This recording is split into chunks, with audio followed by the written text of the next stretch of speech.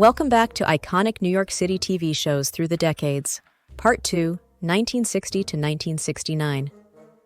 In this episode, we delve into the dynamic 1960s, a decade of vibrant cultural change that is captured in the television shows set against the backdrop of New York City.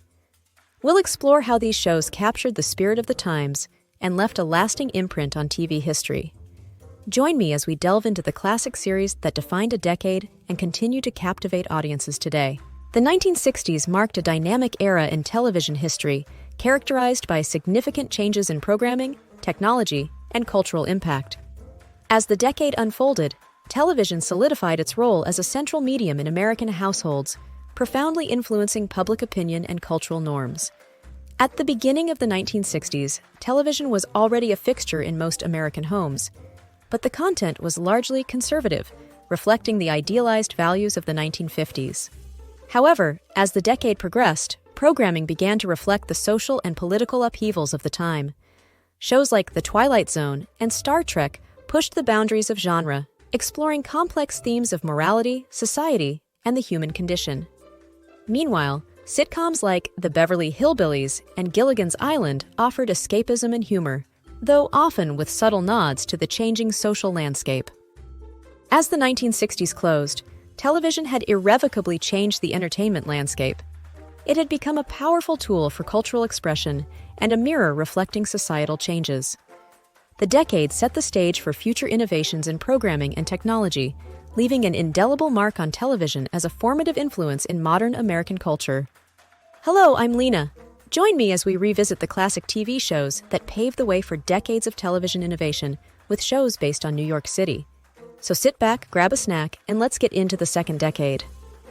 1964, Bewitched, showcased the talents of Elizabeth Montgomery as Samantha, a witch married to an ordinary mortal, Darren, played by Dick York, later replaced by Dick Sargent, and Agnes Moorehead, who delivered a memorable performance as Samantha's meddlesome mother, Endora.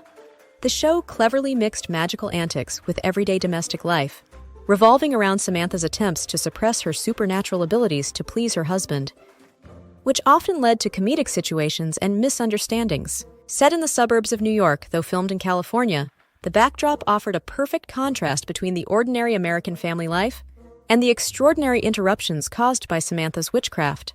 The clever setting underscored the cultural tensions of the 1960s between tradition and change, domesticity and independence. Bewitched was warmly received both by audiences and critics, quickly becoming a beloved staple of American television. The show's charming blend of comedy and fantasy captured the imaginations of viewers, and its clever take on suburban life mixed with magical elements made it a hit during its 8-year run. Elizabeth Montgomery's portrayal of Samantha won her critical acclaim and several awards nominations. The show itself garnered numerous Emmy nominations across various categories, including Outstanding Comedy Series and multiple nods for Montgomery as Outstanding Lead Actress in a Comedy Series. Agnes Moorehead also received multiple Emmy nominations for her role as Endora. Bewitched won 3 Emmy Awards during its time on air, securing its place as a critically acclaimed series that was both innovative and entertaining. Bewitched concluded its television run in 1972 after 8 successful seasons. The show ended primarily due to a decline in ratings and the desire of its star, Elizabeth Montgomery, to pursue other projects. By its final season, Bewitched had explored a vast array of comedic situations revolving around its central premise of a witch married to an ordinary man, and the novelty had begun to wane for the audience. Additionally, changes in the cast, such as the replacement of Dick York with Dick Sargent as Darren, did not resonate well with all fans, impacting viewership. Elizabeth Montgomery, who had become deeply associated with her character Samantha, felt it was time to expand her acting repertoire and explore roles beyond the supernatural comedy that had defined much of her career up to that point. I can't express just how much I adored Bewitched. I was completely enamored with Samantha and wanted to be just like her. I seized every opportunity to watch the show, as it never failed to bring a smile to my face. However, the cast change from Dick York to Dick Sargent really altered the dynamic of the show for me, and I just didn't enjoy it as much afterward. I continued to watch, but the chemistry between York and Montgomery felt more magical than what I observed with Sargent stepping into the role. It just wasn't the same. 1966, The Dick Van Dyke Show, featured Dick Van Dyke as Rob Petrie and Mary Tyler Moore as his wife Laura. The show also starred Rose Marie, Maury Amsterdam, and Larry Matthews as their son Richie. This beloved sitcom offered a behind-the-scenes look at the professional and domestic life of Rob Petrie, a television writer for the fictional Alan Brady Show. Set primarily in Petrie's suburban home in New Rochelle, New York, and the bustling Manhattan office where Rob worked, the show expertly blended workplace comedy with domestic humor. The backdrop of both the suburban home and the urban office highlighted the duality of Rob's life, capturing the essence of the 1960s American dream while also poking fun at the quirks of suburban family life. And the often chaotic world of television production. The Dick Van Dyke Show was met with critical acclaim and quickly became a beloved fixture in American television during the 1960s. Its clever writing, combined with the charismatic performances of its cast, especially Dick Van Dyke and Mary Tyler Moore, made it a staple of quality comedy. The show was praised for its innovative take on the sitcom format, blending domestic life with workplace humor in a way that was both relatable and entertaining. The series received numerous awards during its run. It won 15 Emmy Awards, including 3 consecutive wins for Outstanding Comedy Series. Dick Van Dyke himself won 3 Emmys for his role, and Mary Tyler Moore won 2 Emmys for her portrayal of Laura Petrie. The show's success at the Emmys and its lasting impact on the genre underscore its significance in the history of American television, setting a high standard for sitcoms that followed. The Dick Van Dyke Show concluded its run in 1966 after 5 successful seasons.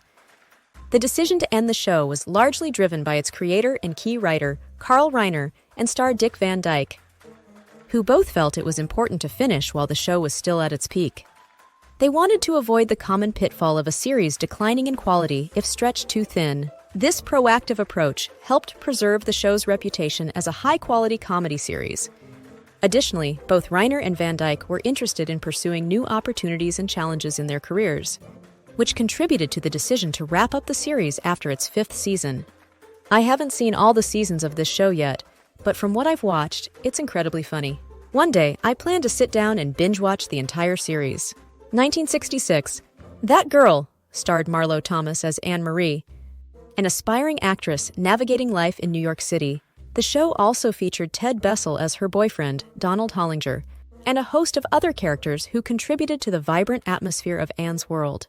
That Girl was groundbreaking for its time, focusing on a young, single woman pursuing her dreams and independence, which was a shift from the typical portrayal of women on television. The series is set against the bustling backdrop of mid-1960s Manhattan, capturing the essence of an era filled with cultural changes and new opportunities, especially for women.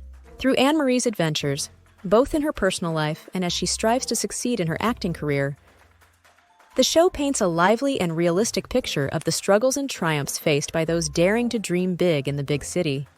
That Girl received a warm reception from audiences and was celebrated as a pioneering show for its portrayal of a single, independent woman living and working in New York City, a fresh and progressive concept in the 1960s. Marlo Thomas's portrayal of the spirited Anne Marie won particular acclaim for its charm and relatability, striking a chord with young women who saw their own ambitions and dreams reflected in her character. The series garnered numerous award nominations over its course. Marlo Thomas was nominated for 4 Golden Globes, winning 1, in recognition of her compelling performance that left a significant mark on television history.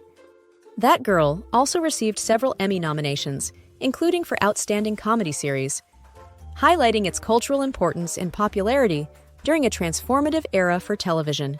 That Girl concluded its successful run in 1971 after 5 seasons. The decision to end the show came from Marlo Thomas herself, who wanted to explore new opportunities and avoid typecasting in her role as Anne Marie. Thomas felt that the show had achieved what it set out to do in portraying a modern woman living independently and pursuing a career, and she was keen to seek new challenges, both in her acting career and in her growing involvement with feminist causes. By ending the show while it was still popular, Thomas ensured that That Girl remained a positive and influential representation of its times, leaving a lasting legacy in television history. I've only seen a few episodes of this show, and for some reason I didn't get deeply into it at the time. However, I know many people who really enjoyed it, and the concept does sound intriguing. I plan to give it another try and watch more episodes one of these days to really appreciate what it has to offer. Sesame Street debuted in 1969 and quickly became a revolutionary force in children's television. The show featured a diverse cast alongside now iconic puppet characters such as Big Bird, Oscar the Grouch, and Elmo, brought to life by puppeteers including Jim Henson and Frank Oz. Sesame Street was designed with an educational mission to prepare young children for school with a curriculum-based format that taught letters, numbers, and social skills. The backdrop of the show was a fictional urban street that resembled neighborhoods in New York City, complete with stoops, a corner store, and a friendly multicultural community. This setting was not just a physical space, but a vibrant learning environment where characters of various backgrounds interacted harmoniously, reflecting the show's commitment to diversity and education. The blend of education with entertainment, set against the urban and inclusive world of Sesame Street, made it a groundbreaking program that resonated with audiences around the globe. Sesame Street was met with widespread acclaim upon its debut and quickly became a beloved staple in children's television. Its innovative approach to education through entertainment, particularly for preschool-aged children, set a new standard for educational media. The show's unique blend of live-action, puppetry, and animation, along with its inclusive and multicultural cast, was praised for its ability to address complex issues of diversity, inclusivity, and education in a way that was accessible and engaging for children. The series has been recognized with numerous awards over its long run, making it one of the most decorated shows in television history. Sesame Street has won over 200 Emmy Awards, more than any other television program, as well as multiple Grammy Awards for its music. The show's impact extends beyond its critical acclaim, having earned a Special Lifetime Achievement Emmy in 2009, which underscores its significant contributions to television and education worldwide. In recent years, Sesame Street moved from PBS to HBO, allowing it to expand its content and production capabilities. New episodes premiere on HBO and are made available on PBS stations following a 9-month window. The show also streams on platforms like HBO Max, making it accessible to a new generation of viewers. Sesame Street remains a vital educational resource, constantly evolving to meet the needs of children around the world. I grew up watching Sesame Street, and I have such fond memories of sitting in front of the TV, laughing along with Oscar the Grouch, who was my favorite character. It was truly the highlight of my childhood, and I'm thrilled that the show is still on the air. I hope it continues to bring as much joy and laughter to today's children as it did for me. Have you seen any of these iconic TV shows from the 1960s?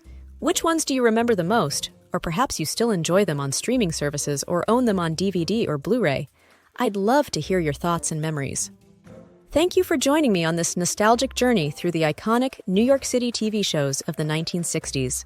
Stay tuned for Part 3, where we'll dive into the vibrant television scene of the 1970s, from 1970 to 1979. Thanks for watching Timeless New York City. If you've enjoyed this trip down memory lane through New York City's television history, please remember to like, comment, and share this video. Subscribing to the channel helps support our efforts and keeps these wonderful memories alive. Your engagement is invaluable, and I cherish the opportunity to share these stories with you. Together, we can continue discovering more incredible content.